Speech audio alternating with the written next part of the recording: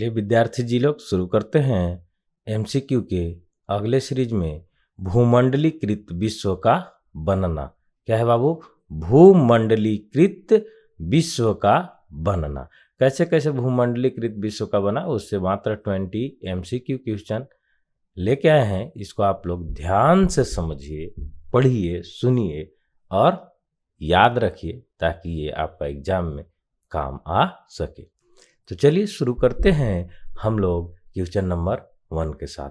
तो बाबू ये मत समझो पढ़ना लिखना बहुत ये है, तो ये कहा गया है कि कलम है भाग्य को जगाने वाली, दिल नहीं दिमाग को जलाने वाली।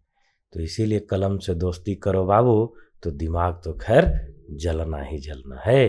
तो चलिए हम लोग क्वेश्चन नंबर 1 ये रहा आपके सामने, भूमंडलीकृत और विश्व का बनना से विश्वव्यापी आर्थिक मंदी की शुरुआत कब हुई थी?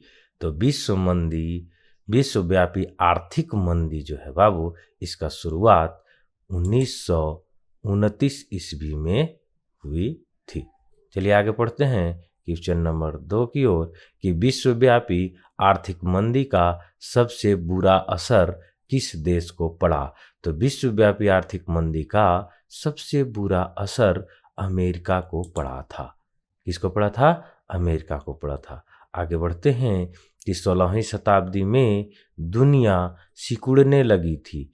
इसका अर्थ क्या है? तो दुनिया सिकुड़ने लगी थी, इसका मतलब ये नहीं है कि जमीन सिकुड़ने लगा था, है ना। संसार के देश एक दूसरे के निकट आने लगे थे, ये इसका अर्थ है ना। कि 16वीं सदी में दुनिया सिकुड़ने लगी थी, इसका अर्थ यह है कि संसार के देश एक दूसरे के निकट आने लगे थे। चलिए आगे बढ़ते हैं बाबू लोग क्वेश्चन नंबर 4, किस महाद्वीप को महाद्वीपों का महाद्वीप कहा जाता है?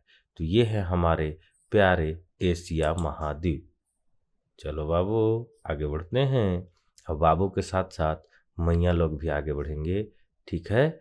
चलिए, वास्को डी गामा ने किस देश की खोज की थी? तो वास्को डी गामा भारत की खोज की थी, कहने के लिए है। ये लिखा जा सकता है, क्वेश्चन ही गलत लिखता है मेरे हिसाब से बाबू, कि वास्को डी गामा पहला बार समुद्र रास्ता का खोज किया था भारत तक के लिए, है ना। तो ये गलत है कि वास्को डी गामा भारत का खोज किया था। खोज क्या करेगा, भारत तो पहले से ही था, केवल ये समुद्री मार्ग का खोज किया था, ठीक है। चलिए आगे बढ़ते हैं हम लोग। विश्व आर्थिक मंदी पर भारत पर क्या प्रभाव पड़ा? विश्व आर्थिक मंदी का भारत पर क्या प्रभाव पड़ा? तो इसमें जो है बाबू आयात निर्यात घट गया था। भारत पर यही प्रभाव पड़ा, आयात और निर्यात घट गया था विश्व आर्थिक मंदी के कारण। किस महाद्वीप को मानव का घर कहा जाता है? तो ये हमारे प्यारे एशिया महाद्वीप, इसमें हम लोग रहते हैं, है ना। चलिए आगे बढ़ते हैं कि 19वीं शताब्दी में 19वीं शताब्दी में यूरोप के लोग किन महाद्वीपों में जाकर बसे हैं? ये किलो नहीं है बाबू, यूरोप के लोग किन महाद्वीपों में जाकर बसे हैं, है ना। चलिए, अंटार्कटिका महाद्वीप, यूरोप महाद्वीप, दक्षिण अमेरिका महाद्वीप और अमेरिका और ऑस्ट्रेलिया महाद्वीप। तो ये किस में जाकर बसने लगे बाबू?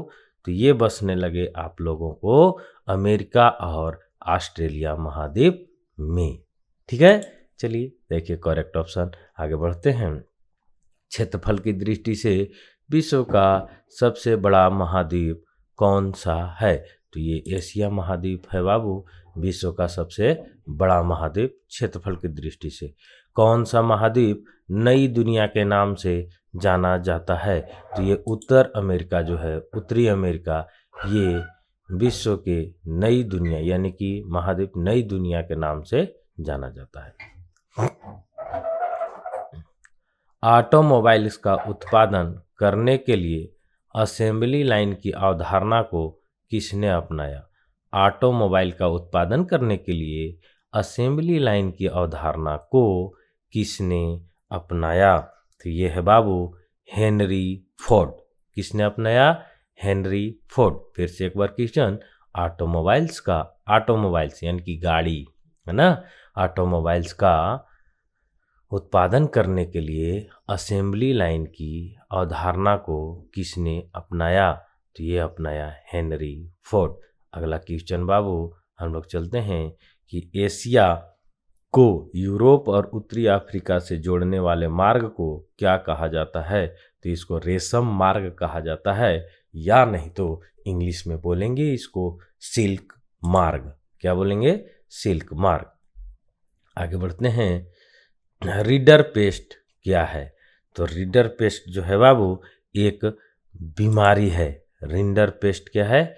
एक बीमारी है। चलिए आगे बढ़ते हैं कि निम्नलिखित में से किस शहर में 1985 में यूरोपीय शक्तियां अफ्रीका को आपस में बांटने के लिए मिली थी, है ना? निम्नलिखित में से किस शहर में यूरोपीय शक्तियां अफ्रीका को आपस में बांटने के लिए मिली थी? तो ये मिली थी आप लोगों को बर्लिन में। कहाँ मिली थी? बर्लिन में। आगे बढ़ते हैं कि सन 1800 के आसपास निर्यात में सूती कपड़े का प्रतिशत कितना था? तो निर्यात में जो है उस सूती कपड़े का प्रतिशत 30% था।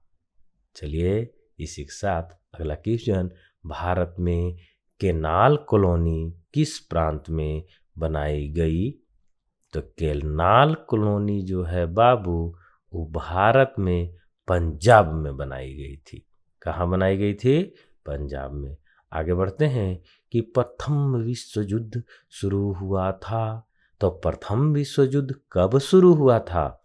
ये तो आप लोग को पता है कि प्रथम विश्व युद्ध 1914 ईस्वी में शुरू हुआ था।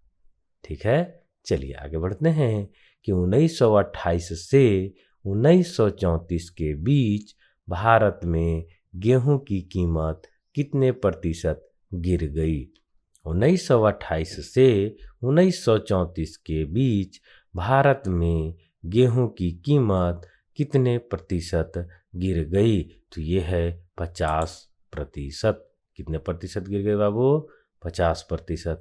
निम्नलिखित में से किस फसल की शुरुआत से यूरोपीय गरीब बेहतर खाने और अधिक समय तक जीवित रहने में सफल हुए? तो किस फसल की शुरुआत के साथ, है ना? तो ये जो है बाबू शुरुआत हुआ था आलू की फसल।